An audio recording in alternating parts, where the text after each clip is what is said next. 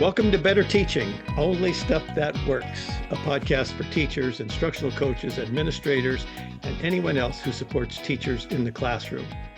This show is a proud member of the BE Podcast Network, shows that help you go beyond education. Find all our shows at bepodcastnetwork.com. I am Gene Tavernetti, the host for this podcast, and my goal for this episode, like all episodes, is that you laugh at least once and that you leave with an actionable idea for better teaching. A quick reminder, no cliches, no buzzwords, only stuff that works. Listeners to this podcast know that one of my main interests is getting evidence-based practices into classrooms, into schools. And my guest today is someone who has been working for at least a decade on doing that in their school district. My guest today is Mr. Kent Wetzel. Kent currently serves as a teacher specialist for leadership and organizational development at Frederick County Public Schools and as an adjunct education professor at Hood College. Kent is a former middle school history teacher. He brings a deep understanding of classroom practice to his work. Kent focuses on developing professional learning rooted in equity-driven and evidence-informed approaches. Passionate about the science of learning, he regularly presents at conferences, connecting with educators and leaders to share insight that bridge research and practice. I think you're going to like this one. Hello, Kent. Welcome to Better Teaching, Only Stuff That Works. Thank you so much for being on this podcast with me. Thank you for having me, Gene. Well, like many of the folks who have been on this podcast, I met Kent at the Festival of Education, or again, at a Research Ed. So talking about many of the same things. And that's where not only I met Kent, but learned about some of the things that were happening in the school district, and which has gained a fair amount of notoriety. I mean, I just reread the article that was in the 74 about your school district and the things that you were doing with the science of learning. Could you talk a little bit about that? Give us a little bit of history. Sure, absolutely. I'd love to. So here in Frederick County in Maryland, we're sort of a medium-sized school district, both a mix of urban and suburban and rural, a little bit of everything. And really about 8 or 10 years ago, we really got into sort of dipping our toes into the science of learning.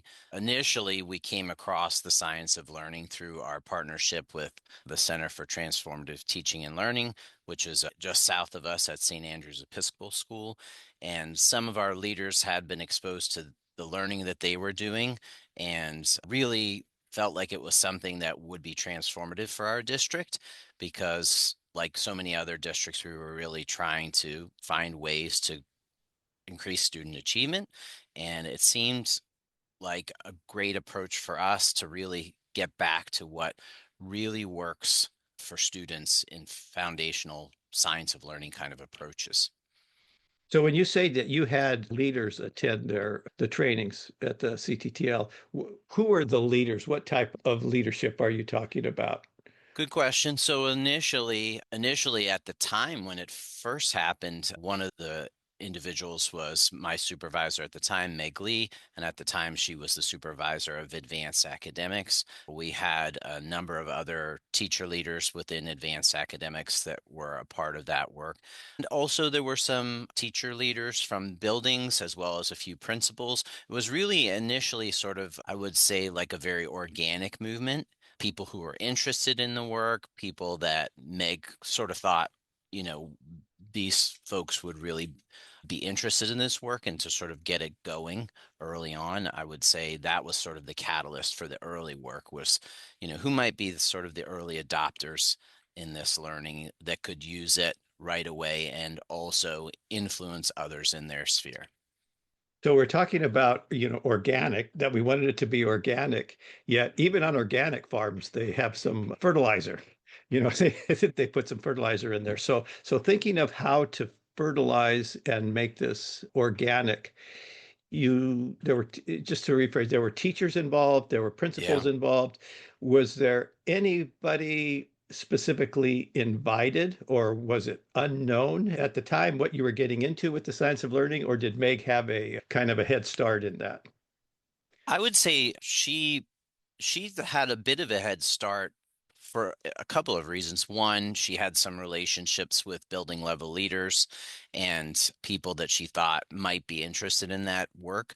So I would say that some of the building level principals and assistant principals that she invited early on very much were targeted for their interest in this kind of learning. And then she kind of asked them to select a few teachers and teacher leaders within their buildings that they thought would be beneficial to the work as well. So I had to pause 1 second Sure. because I I always neglect to go back and explain some of the terminology that we're using as if everybody knows what we're talking Okay. about. So could you explain a little bit science of learning and or elements of science of learning that you all thought were the most important components for everybody to learn?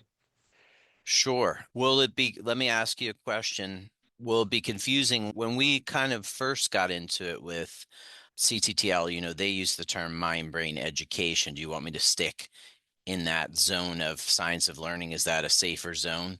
Where did you want to bring people in? Let's go that way because what I'm really interested in is how your school district brought people on board. And it doesn't matter whether it was science of learning Yeah. or mind brain education, it's the whole process of how do we turn this ship? We got a big ship here. How do we begin to turn it? So whatever that you folks did, that's where I want to start.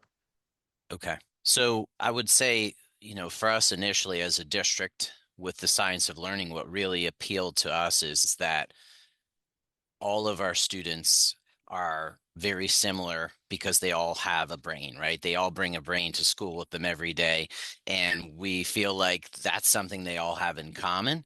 And so for us, when we looked at the science of learning and we knew that brains are more cognitively similar than they are different, we felt like that was really attractive to this was something for us as a district that we could do for all our students. And so we really dug into how does the brain learn, right? What do we know about what is similar about the way students learn all the way from pre-K all the way up till 12th grade? And even adults, because this also lives in our work in our professional learning sphere as well. So we felt like with the science of learning that it was something that would be useful for all of the people in our educational community, both students and staff as well. So for us, we just really wanted to know more about how the brain learns because we've really had a lot of breakthroughs in neuroscience in the last decade or so that really gives us some insights about how we really learn. And also, I think one of the things that we found out early on is that there really isn't a lot of work in your undergraduate work that touches on this learning of how the brain learns. I know from my perspective, it wasn't something that was really covered in my undergraduate work. And we wanted to also align with our higher educational partners, our colleges and universities that our teachers and our staff are coming from to really do this work as well. So we've been able to sort of broaden the scope of the science of learning, not just within FCPS, but also within our higher ed partners. So it's really been an all community approach, I would say. Which is kind of interesting when you mentioned your higher ed partners. You kind of snuck in there as being one of the instructors in those partnerships, aren't you? Yeah. Where you're doing teacher prep courses. Yeah, that was a great synergy piece being an adjunct professor for Hood College and working with future, in many cases, FCPS teachers. I sort of was bridging the gap between the two places. So that was a really exciting work for me to see it on both sides of that partnership. This is a little bit of a bird walk, but did you have as an adjunct, it's a little bit different. You're not there all the time. I don't know if you Right. have an office or anything, but did you have conversations with your faculty colleagues about what you were teaching? Yeah, I have. So I teach a course. It's a methods for teaching history, and we have all of the adjunct as well as the regular Hood faculty that are involved with that course.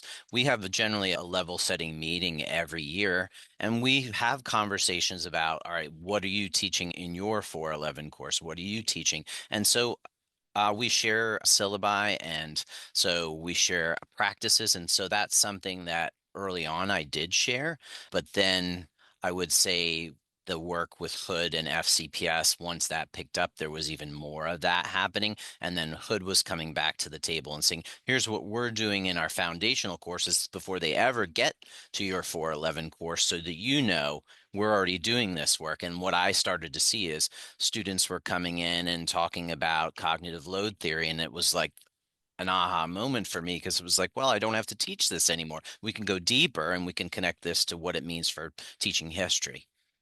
Awesome. Awesome. Okay, well, let's go back to everybody's. There was an invitation to go to the mind brain education training. And then we come back. And then what happened? Okay. So one of the things that the CTTL does that I think is really great is they use this idea of translation work. So when you are part of their academy, whatever your context, whatever your role is, and whoever you represent, whether you're a district or an independent school or just an individual sort of lone wolf teacher going because you want to learn this stuff, they do translation groups. And so as a part of the time that we spent at the CTTL, we came back and said, okay, well, what are we going to do with this, right? We had to translate it to the context of FCPS. So our initial work happened some in a couple different pockets, right? The schools did some work within their own school themselves, but some of us from central office did it at a much broader scope at within advanced academics. And at the time, we were working with all the different elementaries and all the different middle schools. And so we did some foundational professional learning for those schools as part of our translation and took that learning out to school. So that was sort of the initial spark for a lot of this work. And we got some really great initial buy-in from some of the leaders and from some of the teachers that were exposed to that. So when you brought it back, and I'm guessing that this was presented in some sort of PD to folks, was this a PD that everybody was invited to? Was this like a regular PD? And who presented That's that a good PD? question. Initially, because we were doing it through the role of advanced academics, we were working with the teachers that were serving those gifted and talented type students. So it was offered to the 13 different middle schools. It was being delivered by teacher specialists like myself. So there were three of us at the time that had very specialized roles within content areas. And so we were delivering that learning initially. So at first, I would say it was to a select group of individuals within that school, but most of the teachers that were teaching those gifted and talented students were veteran teachers, teacher leaders within the building. So that really helped spread some of that learning once they saw it with their colleagues. Folks who are trying to implement things in schools are always worried about, the veteran teachers going to be resistant. What did that look like for you all? Did you experience that? How did you overcome it if you did? Well, what I would say initially is when I was in advanced academics and working as a teacher specialist, we already, as teacher specialists, had to work through the process of getting teachers to focus on a small percentage of students who were very advanced. So I would say we had already done some of that work of that, like breaking through, doing something for a small group of students. So I don't know that we initially experienced that with this work, because now what we were doing is saying, here's something that's going to work for your advanced students. And oh, guess what? Everybody has a brain. So it's going to work for all your students. So I would say in some ways it was probably more useful because they could use the strategies and the approaches throughout the course of their day and not just for this select group of gifted and talented students. And this wasn't the first time I'm inferring that this wasn't the first time that you had worked with these teachers. You already had relationships with these teachers. You knew who they were. You knew how they operated. So it wasn't coming in cold with a group of teachers. Yeah, that's correct. I mean, we were serving 13 different middle schools as a part of this role, and we had other people on the elementary side, and they did some work on with our younger learners on growth mindset and about the brain. So they were doing some different work than what we were doing. But yeah, those relationships are key because you can't be just someone that comes in once and doesn't know what that teacher needs for their students. You have to be very much in tune with what their needs are or what their challenges are within their context, because each one of those buildings is completely different. Right, right. Well, As I said earlier, I had a chance to see you recently at the Festival of Ed, and I attended your session. And you were talking about kind of what we're talking about here, like a history of implementation. And you talked about starting with the principals that they were involved in some training. Was that at the same time that you were doing this other work with the teachers who you were helping with the training that you just talked about? Was it concurrent? Was that part of the CTTL? What was it? Oh, the Center for Transformative Teaching and Learning. Yeah, but it was almost like an assignment that you had from there that you had to go back and do something. The translation work, yeah. The translation work, the translation work. So if you could talk about, the work you did with principals in the district as well. Sure. So partway through, my role shifted in our school system. We created basically a new department. We had always had professional learning and induction as a small team of folks that were working with our new teachers and our coursework for recertification, but they added to that leadership development. And so when I shifted to leadership development, one of the things that we were doing is we were building all the professional learning structures for all of the leaders in the system, including the instructional leaders. So one of the things that we wanted to do was to scale this work up a little bit further, right? We knew that if we do professional learning for every single leader in the system that's instructional, then that will hit all of our schools. And so we started with focusing on principals, assistant principals, curricular leaders, doing Rosenshine's Principles in Action, which was a book by Tom Sherrington. We felt like it was a great place to start because it would give us sort of this common language that we could speak from. And the book really does a great job of talking about how the brain learns and giving us the basic architecture based on Dan Willingham's simple memory model. So you started with that. And again, just to clarify, this was concurrently with the instructional specialist, teacher specialist working with the teachers.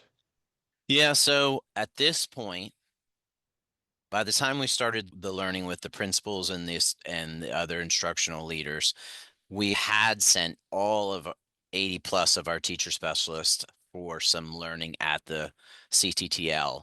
So I would say that came after that small group that I was a part of. We started sending a group every year to the CTTL.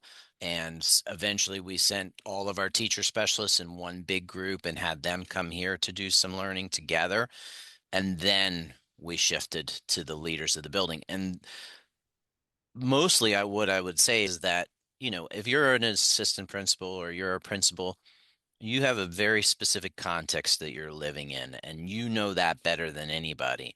And so what we discovered is that if we wanted to make any kind of inroads in buildings at a large scale, at the size of the whole of the system, then those people needed to have that learning too. And what we were hearing from people is, I want this learning too, right? Like, I want the Yeah. learning. How come, can I go to the CTTL? Can I engage in a book study? Can I do some coursework? And so we were hearing it that way as well. And so we felt like, yes, now the time is right to really get all of our leaders this learning as well.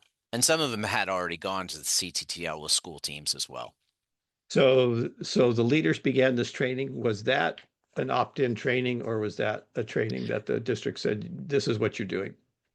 This is what you're doing. So that was really at the time being led by our deputy superintendent, who was really bought into this and felt like it was really transformational for his approach to the way he looked at the work our system was trying to do.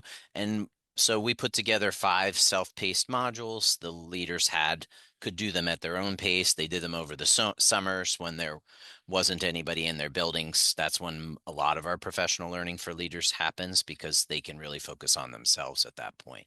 So they were all self-paced. We offered some different activities, some check-ins, some small group discussion online. Tom Sherrington himself came and met with those leaders as well and did a session.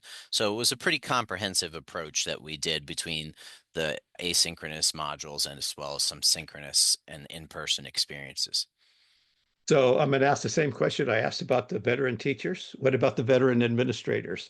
Because we always hear can't be top down. We can't be top down, but we're top down. How did Yeah. that work?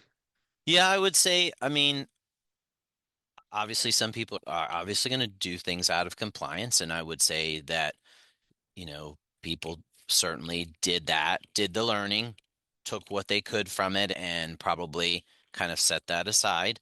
I would also say that we really tried to set the why behind it, but a lot of people said, well, this is stuff I already know. And to me, that was maybe something that in looking back on it, like we wanted to be clear, like you will know this. And that's part of the reason we're starting here because we know it's the stuff that works, right? Right. This is big foundational stuff, asking questions, but how many questions are you asking? And what types of questions, right? Like these are the kinds of things that's Right. part of that learning. So I would say, yeah, there were definitely people that definitely weren't bought in. There were people who did the learning and just moved on. Sometimes that's the way we see things in education is the next shiny object or the next initiative or the next thing that's going to come. And so it is important to get that buy-in, but you're probably not going to get it from everybody. And when you have 71 schools, that's a lot of people to get bought in. So as you're doing this work, what was expected of you had, I'm sorry, let me back up a little bit. You had Yeah. the instructional specialists Yep. doing training, working with teachers. Yeah. You had the principals had gone through training.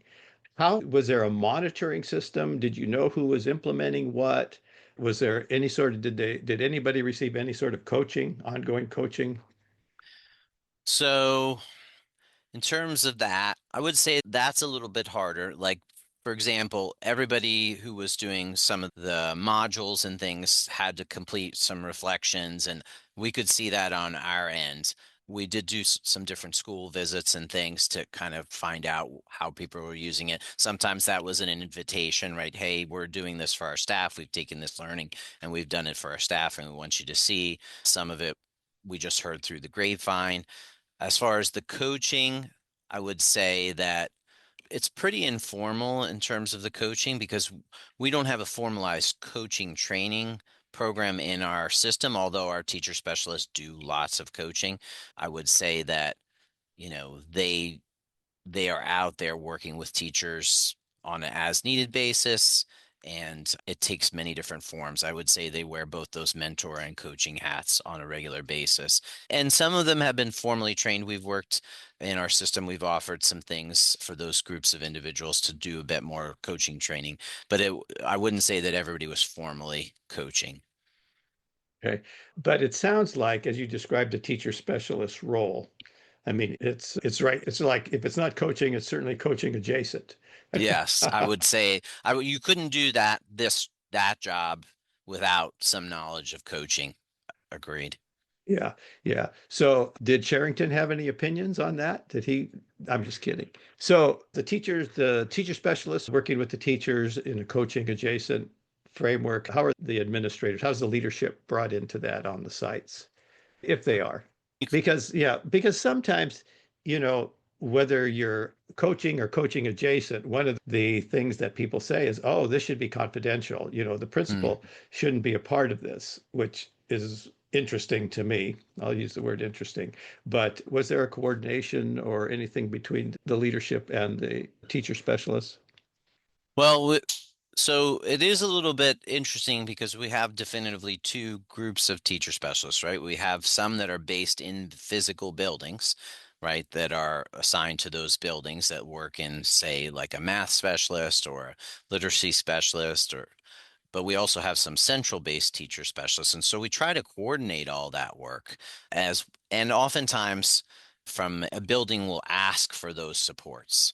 So I would say it's coordinated, but I would say it varies from building to building. Certainly that leader is working very closely with their building based specialist to develop an approach. We have something called the accelerated learning process, which is really looking at formative assessments and using certain instructional practices and working through a cycle. And those teacher specialists that are building based are a big part of that. And some of our central folks support that work as well. And that is always in conjunction with the building based leaders.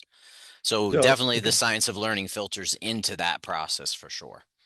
Okay, going back a little bit to something you said earlier with regards to the new teachers and their induction, is it an optional program for them? Is the Yeah. training optional or is that something, is there a series? I know in California, the induction process is, there's a lot of things that are mandated that providers must do based on state standards and things. That's similar? Maryland's Yeah.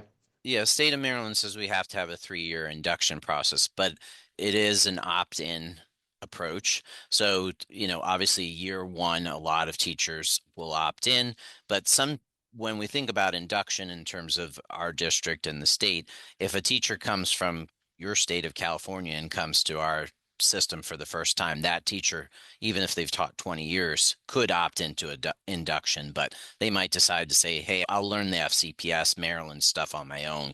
I think I understand what would be covered here. So it is mandated that we have that 3-year induction program, but the teachers can opt in. And as we go, from year one to two to three, the numbers do decrease a little bit. But all of our induction programming is including the science of learning and a lot of the learning that we've done as a system and sort of very tailored for that specific, early career teacher. Okay. So you really have a chance to impact people right when they get in the district, whether they're Yeah. brand new to teaching or brand new to your district. This is what we want you to do if you're going to work for us. This is who we are. Yeah, for sure, because you can't really control what higher ed institution or district that they're coming from and what their undergraduate work looked like. But if we can build that foundation right from the start, which our induction team does really wonderfully, then we sort of level set everybody with the same knowledge so that we can have instructional conversations wherever we are in the system and people will be speaking the same language.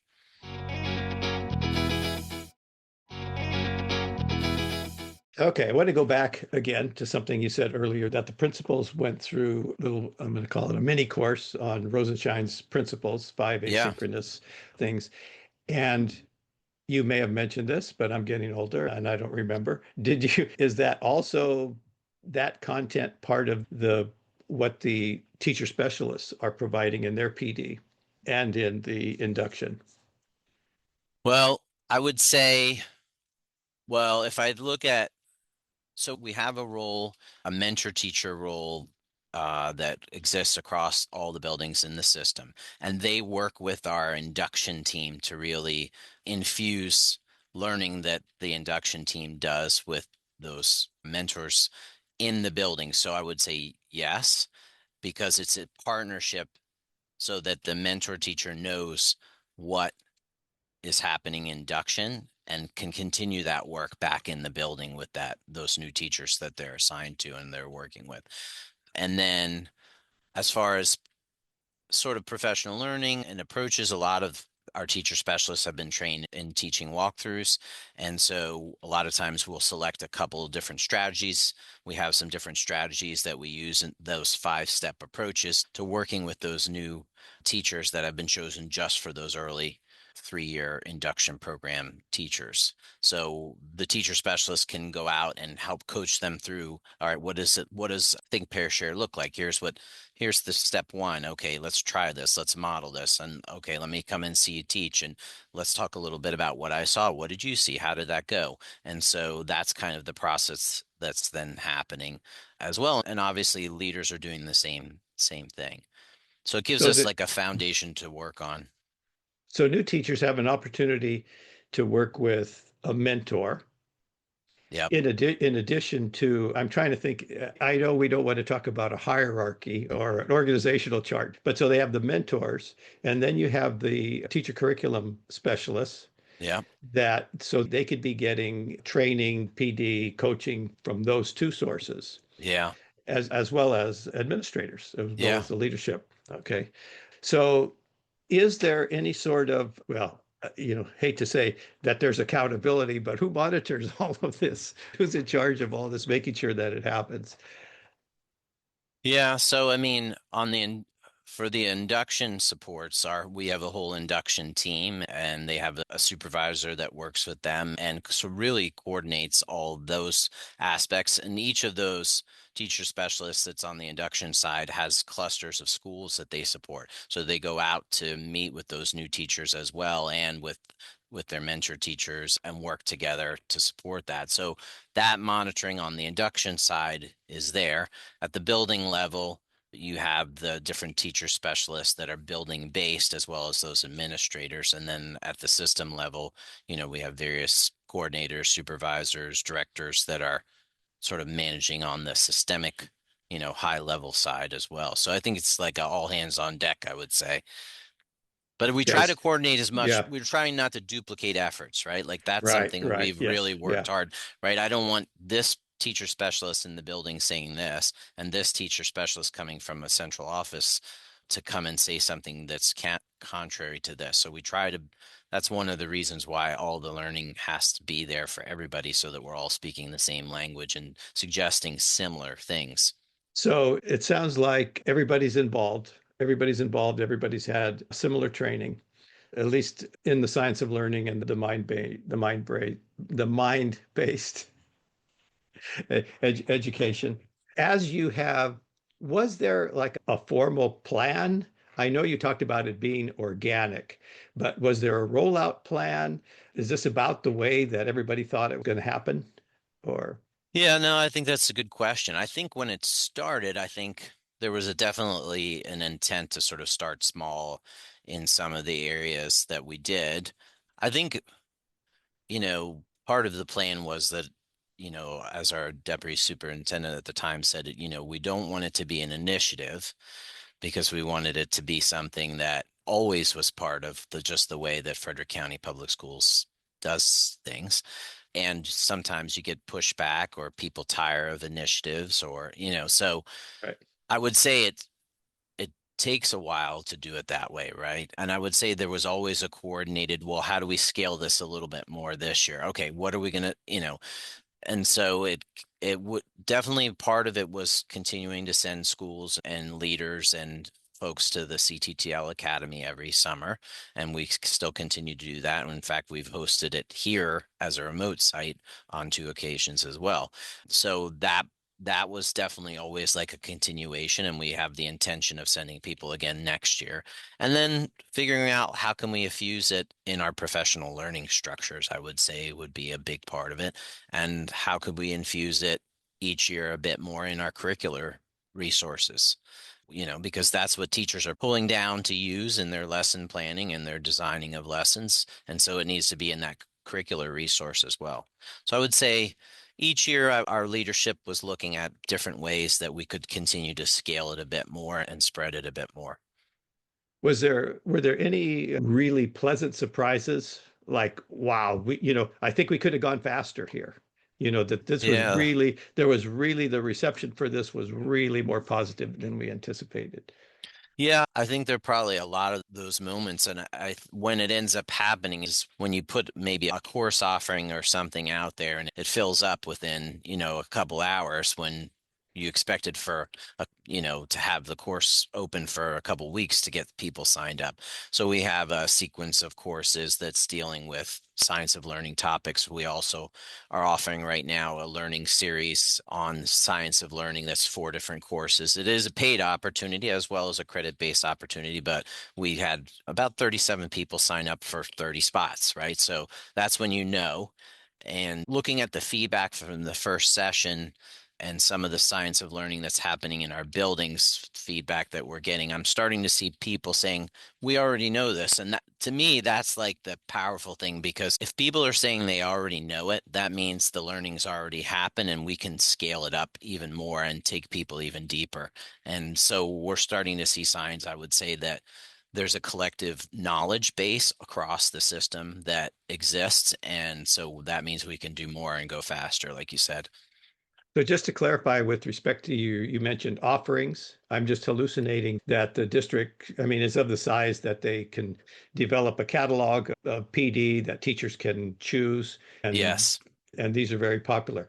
What else? I'm just curious. Has Yeah. nothing to do with what else? What other courses are popular that populate quickly, aside from Um, science of learning and we have a coaching course. So we do have a coaching course offering. We have some, it runs the gamut. We have some required reading courses. We have some courses for multilingual learners. I would say it's all pretty popular. There's some things that we tend to offer every year and things that fill up. And then we try to rotate the course catalog, but we also develop book study courses, which are study, one credit courses that can be run at a building. So that's another aspect. We're seeing like schools optionally running a book study at their school. So those can be popular as well. Those tend to be the most popular because they're the easiest to get up and going, and they can be run at the school versus at the district level. Okay, interesting. And those courses, there is no scope and sequence or anything. It's just whatever the teacher decides that they can Yeah, do, so we whatever have to their interest. Yeah. yeah, we have a book study template that, can be developed through Maryland State Department that the system works with whoever wants to run that book study to get that approved, and they can use that template to kind of do a book of interest at their school. Okay. And I know Maryland, I shouldn't say I know. I don't know anything. Can't, but I think I know that Maryland just passed, the legislature just passed a law with some requirements for teacher prep regarding science of learning. Yeah, every school district in Maryland has to now offer training or professional learning in the science of learning. Now, the state has kind of left it up to each district to decide how they want to do that. They're not really saying how you have to do it. They're just saying you need to do this and it needs to be for all your instructional staff. And so our sort of work has been to develop basically a professional learning that's 45 minutes that could be delivered at schools by school teams. So some administrators are delivering that. Some administrators have chosen to have teacher leaders or special teacher specialists to do that. But all the schools have a certain time frame that they have to deliver that in. And so I'm seeing all the feedback on my end, and that's part of the data that I'm sharing with you because they have to do a feedback form. And it's kind of very interesting to just pour through all these thousands of responses. It's fascinating to me, probably not to others, but it is to me. So it is exciting because it means that whoever gets hired next year will have something similar to do as well. So it's just going to be part of what we do here in Maryland, which is makes me proud. So how long has this process been going on? From the time Meg said, this sounds like a good idea, Yeah. we're gonna, Yeah, I'm thinking like I'm just spitballing, but I would say it's probably like the beginning of the timeline is a 10-year period. okay. Yeah. Okay. And if someone else were going to do this, and I'm guessing you get visitors all the time, that's usually what happens, Yeah. that, oh, okay, we're going to go visit this place. We're going to see what they did and actually talk to the people who did the work. What sort of advice do you have for a district getting started like this? And I know that you've been in one district doing this, Yeah. but if it was a smaller district, larger district, any suggestions that you might have for them? Yeah, I mean, I think like really a clear why, because just giving the why behind why we think this is important to do, right? Because in in some cases you are going to get people that say, well, I already know this, or this runs contrary to something that I even believe, right? Sometimes we see that. And so I think really having a why so that you can explain to people why we're putting time and energy into this, that would be my big first step for any district that wants to do this, or even just a school, because you're going to need to be able to communicate that to people right off the jump. And then I would say like ground yourself in the science of it so that you have a strong understanding and you can answer the questions that you're going to get and be able to have, in some cases, like some courageous conversations about some practices that might be happening in the district that don't align with this. Because I think that is something that we experience as a district, and we've had to slowly but surely make some decisions about things that we were doing. And in some cases, we heard from students those were the things we shouldn't be doing because it wasn't working for Yeah, them. yeah. So that would be the other piece. And then the third piece is just look at all your stakeholders, right? Like who are the important people that are the stakeholders that will do this work? Because, like in our example, yes, Meg was an early catalyst, but Meg has retired from the system, but this work is living on. And I know that makes her really happy. And we're proud in the district that we're able to continue this work. Our catalyst for the early days of this is moved on and retired. So, because you don't want somebody to walk away as the catalyst and for the all that work to just stop going. That's a great point. Just great advice. And it spurred another question in me. So you said this was about 10 years you've been going on. Has there been any change in the superintendency during that time? Yeah, yeah, we have. We've had a new superintendent. Our first superintendent was really into it and had attended the CTTL. Our current superintendent, Dr. Cheryl Dyson, she spent a little time at the CTTL this summer with the group that was there to go and see it for herself, and also came here when we had a remote site. So, yes, we're in our fourth year with a second superintendent. So that makes a difference to have, right? Because a lot of times that can Yeah. change, right? So, Many times that could change. sure. In fact, let's go up one more level. What about the school board? Is the school board on board with this? Do they understand what's happening? Do they see it as a priority? Yeah, that's a great question too. So I actually got a chance this past summer to go to the school board to share all of the work that we've been doing in the science of learning. We had at that point in time, it was a committee meeting, so it wasn't the whole of the board, but we had two board members there, and they asked if when we started doing some of the learning, could they be notified to come out and see it, because they were very excited about some of the work and the things. And they asked a lot of really great questions about what the nuts and bolts of it would look like and what would this mean for teachers in our district going forward. So I thought that was really exciting to see that, with an elected school board, that's important that you have that buy-in there too. Well, especially when the superintendent has to, I don't know how many school board members you have. It's a cliche, but it's true. What does it count to four? Or, if you've got seven members. Yeah, So yeah. it's important everybody's on board, that it's not just it's everybody. This is how we do things. This is important. It's not an initiative. This is just how we do things. Yeah, and the mandate from the state makes a big difference because it's not work we can choose not to do at this point. So it just reaffirms the work we were already doing and just as a catalyst for future work. Great, great. Well, Kent, you really filled in a lot of holes for me, a lot of questions that I had for you about how you did this. You have any questions for me, Kent? Sure, I'm curious. You get to talk to a lot of thought leaders and district leaders around the US and even abroad. As you think about like the science of learning and you think about what you're seeing out there on the landscape, we've seen a lot of momentum from the science of reading. What do you think are sort of the things that worked for the science of reading to build the momentum it has? And what would we need maybe in the area of science and learning from your perspective to build that same similar momentum?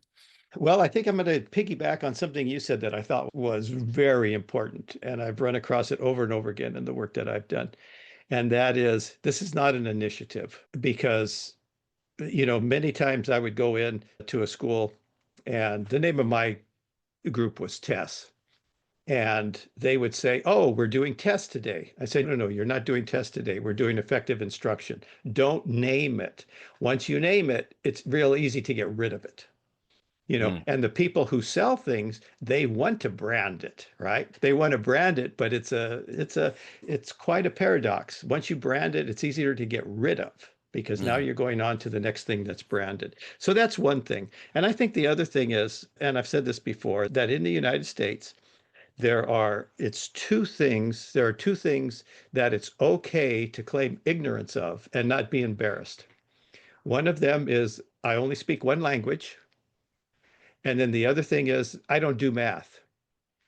So the science of reading, even though I don't like to say the science of reading, I don't like to say the science of anything because we're naming it, but everybody who's a reader, everybody on that school board reads and they know the importance of that.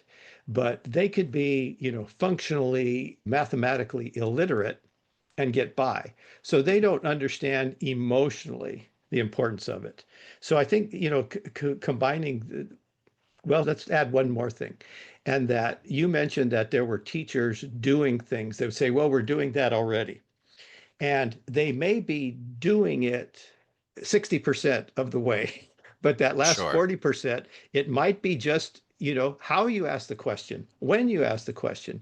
It's a slight change, but getting past that idea that, oh, we already do this. We've already done that. We used to do that was our last initiative, So I would say not naming it, going in like your instructional specialist did, seeing who the teachers are, what they do, and being able to give advice based on, I'm doing scare quotes, as a science of learning, but letting them know that this would be more effective, if you did this in a nice, non-demeaning way, Yeah. you know, because I think with doing the right things at the right times in lessons, you could be 75% effective and kids will get it. It means that kids are working too hard and the teacher's working too hard, but it's still okay. But it's 75% effective of the things we know that work, not just Yeah. things that don't work. Then you're just spinning wheels. So I don't I don't know.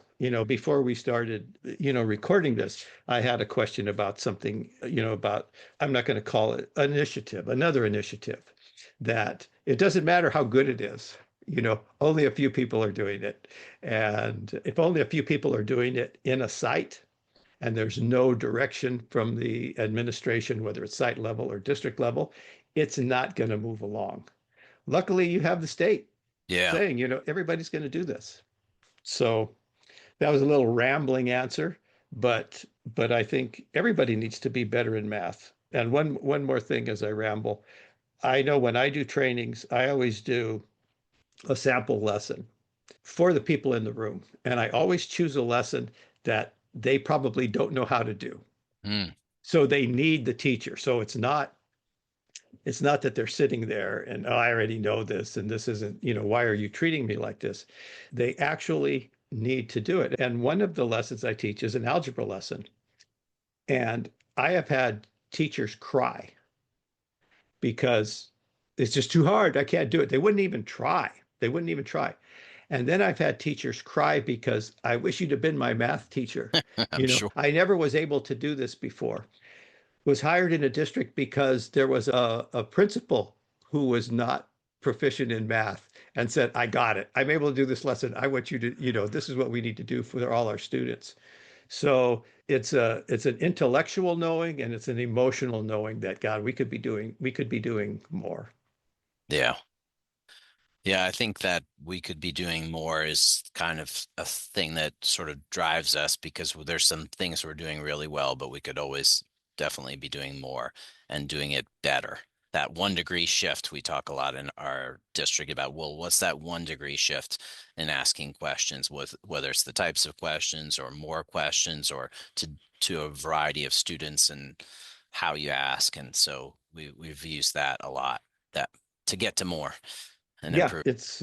sometimes it's not a lot. It's just a slight change. And yeah, that's it. Uh, Fantastic. Thank you for and your and insight on that. hey, anything else, Kent? Any final words? Any for our No, listeners? I would just say that if anybody is interested in and is trying to do this work and they feel like they want some insight or they are on their own trying to figure this out, I would say this community of people that are interested in moving the science of learning are always very helpful, and feel free to reach out to myself or anybody. And I think you'll find that people are willing to share their experiences and their insights. Yeah, thank you for sharing your experiences and insights, and hope to see you soon. All right. Thank you, Gene, for having me. If you're enjoying these podcasts, tell a friend.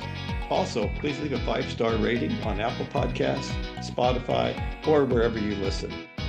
You can follow me on Blue Sky at G Tavernetti, on Twitter, X, at G Tavernetti, and you can learn more about me and the work I do at my website, tesscg.com. That's TESSCG.com, where you will also find information about ordering my books, teach fast, focused, adaptable, structured teaching, and maximizing the impact of coaching cycles. Talk to you soon.